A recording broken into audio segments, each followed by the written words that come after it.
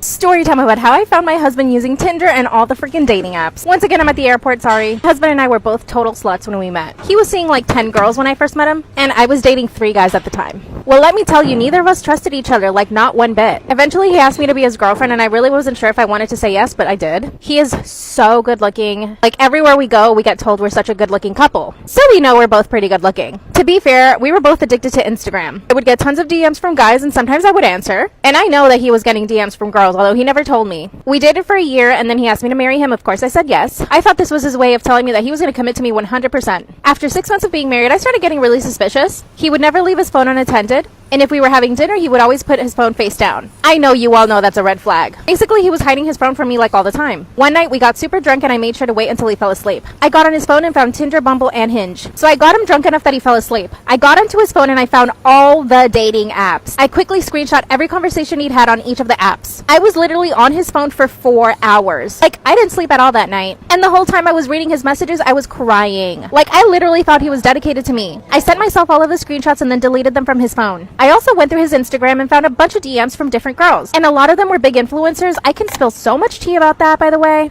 I found a bunch of naked pictures from girls as well. And he even had a freaking Snapchat. At that point, I couldn't look anymore. So here's what I did. I invited both of our families to our house for dinner. Ordered from a super fancy restaurant and made sure everyone was coming. When we sat down to dinner, I told him I was going to go get my laptop. He asked me why, and I told him to give me a second. He literally thought I was going to give him a big surprise. That's when I exposed him in front of both of our families. So as everyone is sitting down and having dinner, I started a slideshow of all the DMs, pictures that had been sent between him and all these girls. Yes, I was petty enough to make a slideshow. My husband looks at me and tells me to take it down. Of course I didn't. That's when his mom got up from her chair and slapped him straight across the face. Of course, my husband started crying instantly. His dad even grabbed him by the shoulders and shook him. My family was in shock. They were so disappointed in him. Mind you, him and my mom had a great relationship. He hung out with my family all the time. That's when I asked him for a divorce and I told him I wanted everything. By the way, my husband and I own a business and he's got his own money. So I ended up taking more than half of the business, 3 out of the 4 cars that he owns, and lots of money. But here's the thing, I still love him. Even though I have my own apartment and we live separately, he comes over all the time for, you know what? Like, we still love each other and still like each other, but I can't get past the fact that he actually cheated on me. He's asking for me to go back with him, but honestly, I don't know if I should. Once a cheater, always a cheater, right? But I'm gonna expose myself. I cheated on him too. She goes, me, 22 female, and my boyfriend, Jacob, 25 male, have been dating for 3 years. He's always been the fun, bubbly type person in the friend group. Always smiling, always laughing, always up for a chit chat. 6 months ago, January 2021, due to COVID, we haven't been able to travel anywhere, and we used to go on little weekends away. We live in Australia, and the country's back open for travel, so I was like, let's organize a little weekend away. He was all down for it. We went to the Hunter Valley, a winery region. I don't know what happened on that trip, but he has been depressed ever since. Doesn't laugh, doesn't smile, doesn't ever want to talk. It's like something clicked in his head and he just changed. There was no leading up to this. He then starts mentioning his ex. Oh, okay, now it's starting to make sense. We never really bring up our ex-partners. All I know is me and her are complete opposites. Taylor, she's blonde, 5'3", Australian Elle Woods. Me, brunette, 6 feet, farm girl. 6 feet? Races Go off, dirt queen. bikes. Yeah, seriously. One night during sex, he called me Taylor. Wait, the ex's name? Yeah. Oh. Maybe a couple weeks after that, I was cooking dinner and he said, oh, Taylor would cut the bread this way. I kind of just ignored it because at this moment, he's in a really depressed state. He has made a few more comments saying Taylor did this or like this over the next 2 months. 3 months ago, in April 21, his dad passed away in a car accident, which sent him into just a spiral. It was the deepest part of his depression. I've never had a problem with his family. They're welcoming, always there if I need anything, very, very supportive. I'm there trying to support his mom because she just lost her husband by cooking meals, cleaning around the house. She said, you've missed a spot on the floor over here. When Taylor would mop the floor, she wouldn't miss a spot. What the fuck? This made my blood boil. Another day I had it over there. I was just wearing like sweats and a jumper, like I'm going to go cook food and don't need to be looking like $1 million. He said if Taylor was the rock at my house, she would look presentable. So I walked out. Am I the asshole for walking out? I've been with my partner for 4.5 years and everything in our relationship is really good. Great even. We have so much fun together and he looks after me well. But we've had one consistent issue in our relationship from the start.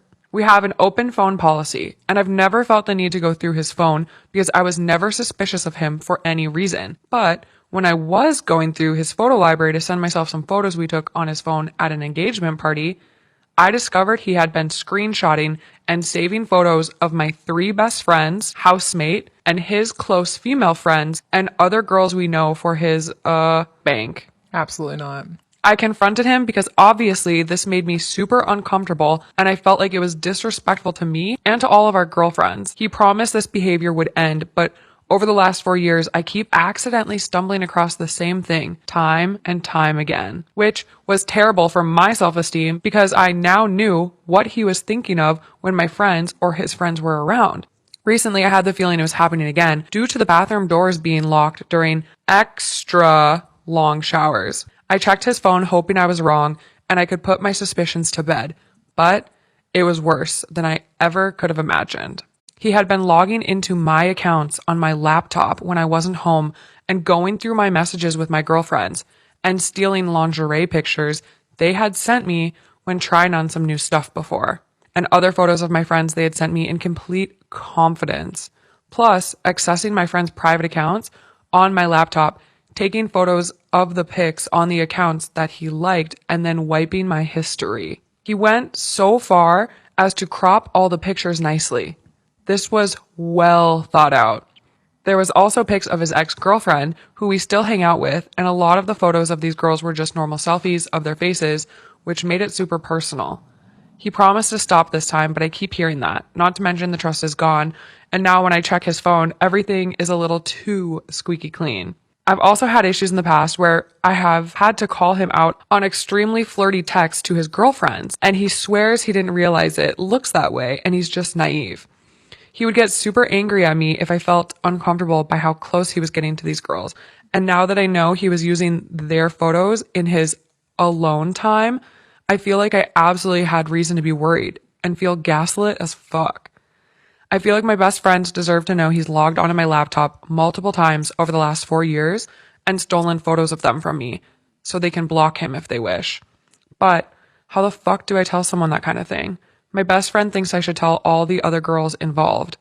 Little does she know, she's one of them. Am I the asshole for not getting my drunk girlfriend fast food? One of my girlfriend's friends graduated, so we went out to a bar to celebrate. It was a Tuesday night. We got the invite last minute, but we both agreed to go for like 2 hours tops. I was the DD so she could celebrate with her friend. Plus, I had work in the morning. She's unemployed. Anyways, we meet her friends at the bar and we have a good time. Then we hop in the car to head home. When we get in the car, my girlfriend asks me if I want to get food. She's drunk. I'm not. Usually, when I go out, I'm down, but this time I tell her, no, I kind of just want to go home. It's late. She then starts begging, please, can we get Jack in the Box? I tell her I just want to go home and that there's food at our apartment. She then throws a little tantrum and calls me mean, says she would have taken me if I was drunk, and she brings up the time it would take to go. I said no because 1, I was really tired and I really value my sleep, and 2, we both just started working out. We got gym passes. I'm trying really hard to give up junk food. Moving forward, we're driving home and we pass by Jack's. She then asked again. At this point, I figured, what the hell? It's not out of the way, so I pulled into the drive-thru. I'm a little annoyed, but I still pulled in to make her happy. We get to the speaker and they ask what we would like to order. My girlfriend starts telling me her order and I laugh and say, don't tell me, tell the guy. I was just the chauffeur. I didn't want to be the middleman. She got really mad that I made her order from the passenger seat. After she ordered, we sat in line behind another car. In line, she was calling me a dick and an asshole for making her order. I didn't see how it was a big deal. She has a voice. She did some hurtful things and I basically said, I'm in line with you, getting you food.